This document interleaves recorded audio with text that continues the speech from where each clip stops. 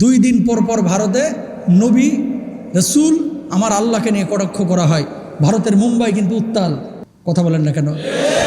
এই যে বিজেপির নরেন্দ্র মোদী আমাদের আপার ফ্রেন্ড, কথা বলেন না কেন?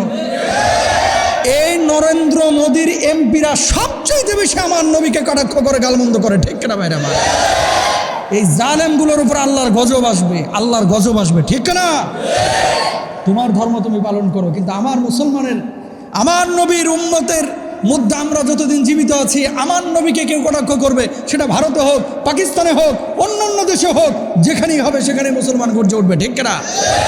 প্রিয় ভাইরা আমার, লা তাজআল মাআল্লাহি ইলাহান আখার, আল্লাহ বলছে আল্লাহকে ছাড়া কাউকে মেনো না। তার মানে যারা মূর্তি পূজারি করে তারা আমাদের বন্ধু হতে পারে না, যারা মূর্তি পূজারি তারা আমাদের কখনো আকাঙ্ক্ষার মানুষ হতে পারে না, তারা কখনো আমাদের অভিভাবক হতে পারে না।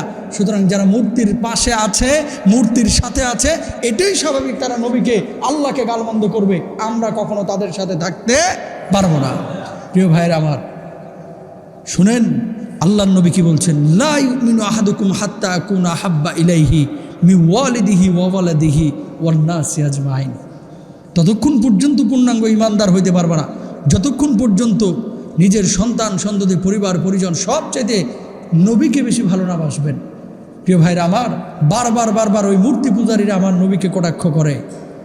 এই মূর্তি পূজারীরা নবী আম্বিয়া আলাইহিমুসসালাতু ওয়াসসালামদের সময় থেকে শুরু করে আজ পর্যন্ত, ইভেন ভারতে প্রতি বছর 1 বছর 2 বছর পর পর তারা কিন্তু আমাদের এই মুসলমানদের নবীকে আল্লাহকে নিয়ে কটাক্ষ করে যাচ্ছে। হয় ভারতের মুসলমানরা জবাব দিবে, নতুবা ওই সমস্ত এমপিদেরকে আমরা বলবো একটু আসেন বাংলাদেশে, আমরা আপ্যায়ন করে দেবো ইনশাল্লাহ। কথা বলেন ঠিক কিনা? প্রিয় ভাইরা আমার, আমাদের হৃদয়ে রক্তক্ষরণ হয়, ধর্মীয় স্বাধীনতা আছে, বাক স্বাধীনতা আছে, তার মানে এই না যে আমার নবীকে আমার আল্লাহকে গালমন্দ করবেন, ঠিক কিনা ভাইরা? লা তাজআল মাআল্লাহি ইলাহান আখার, আল্লাহ ছাড়া কেউ আমাদের উপাস্য হতে পারে। এই যে ফ্যানটা যে ঘুরতেছে, এনার্জি, ইলেকট্রিসিটি মানুষ তৈরি করতেছে, বুদ্ধি দিয়েছেন কে? আল্লাহ সুবহানাহু ওয়া তাআলা। এই জিনিসটা কিন্তু আমরা ভুলে যাই, এই জিনিসটা ভুলে যাই। উল্টা দিকে যদি চিন্তা করেন, আল্লাহকে যদি প্রভু হিসেবে মেনে নেন, রব হিসেবে মেনে নেন, আল্লাহকে আল্লাহ হিসেবে মেনে নেন, ইন্না আক্রামাকুম ইনদাল্লাহি আতকাকুম, আল্লাহর ভয় যদি কলিজার মধ্যে থাকে, হৃদয়ের মধ্যে থাকে, আপনি ছাত্র হন, সমন্বয়ক হন, হুজুর হন, খতিব হন, বক্তা হন, রাষ্ট্রপতি হন, এমপি হন, মন্ত্রী হন, রিক্সাওয়ালা হন, ভ্যানওয়ালা হন, আল্লাহকে প্রভু হিসেবে মেনে নেবেন, আল্লাহর ভয় কলিজার মধ্যে নেবেন, আল্লাহর জমিন, আল্লাহর দিন কায়েমের জন্য চেষ্টা করবেন। আল্লাহ বলবো ওই রাষ্ট্রকে আমি সম্মানিত করব, রাষ্ট্রের মানুষগুলোকে সম্মানিত করব, ওই রাষ্ট্রের মধ্যে বারাকার, আসমানি বারাকার দরজা আমি খুলে দিব। আরো আসতে বলেন সুবহানাল্লাহ। প্রিয় ভাইরা আমার, খেয়াল করেন, তাওহীদের বিপক্ষে যেটা আছে সেটা হচ্ছে শিরক। কি বলছেন? ইন্নাল্লাহা লা ইয়াগফিরু আন ইউশরাকা বিহি ওয়া ইয়াগফিরু মা দুনা যালিকা লিমান ইয়াশা।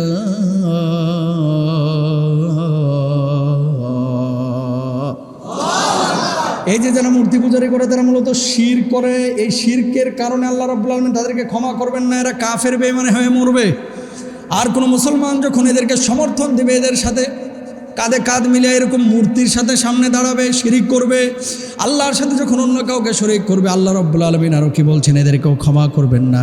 আর অতীতে যে সমস্ত ভালো কাজগুলো তারা করেছে, লা ইন আশরাকতা লা ইয়াহবাতান্না আমালুকা ওয়া লা তাকুনান্না মিনাল খাসিরিন।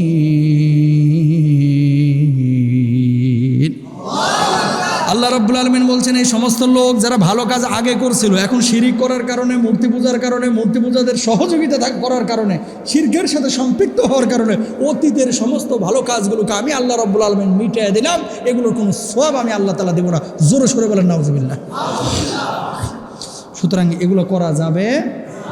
তাহলে এই 22 নম্বর আয়াত থেকে আমরা কি পাইলাম? দেখেন, কয়েকটা শিক্ষা আছে এখানে।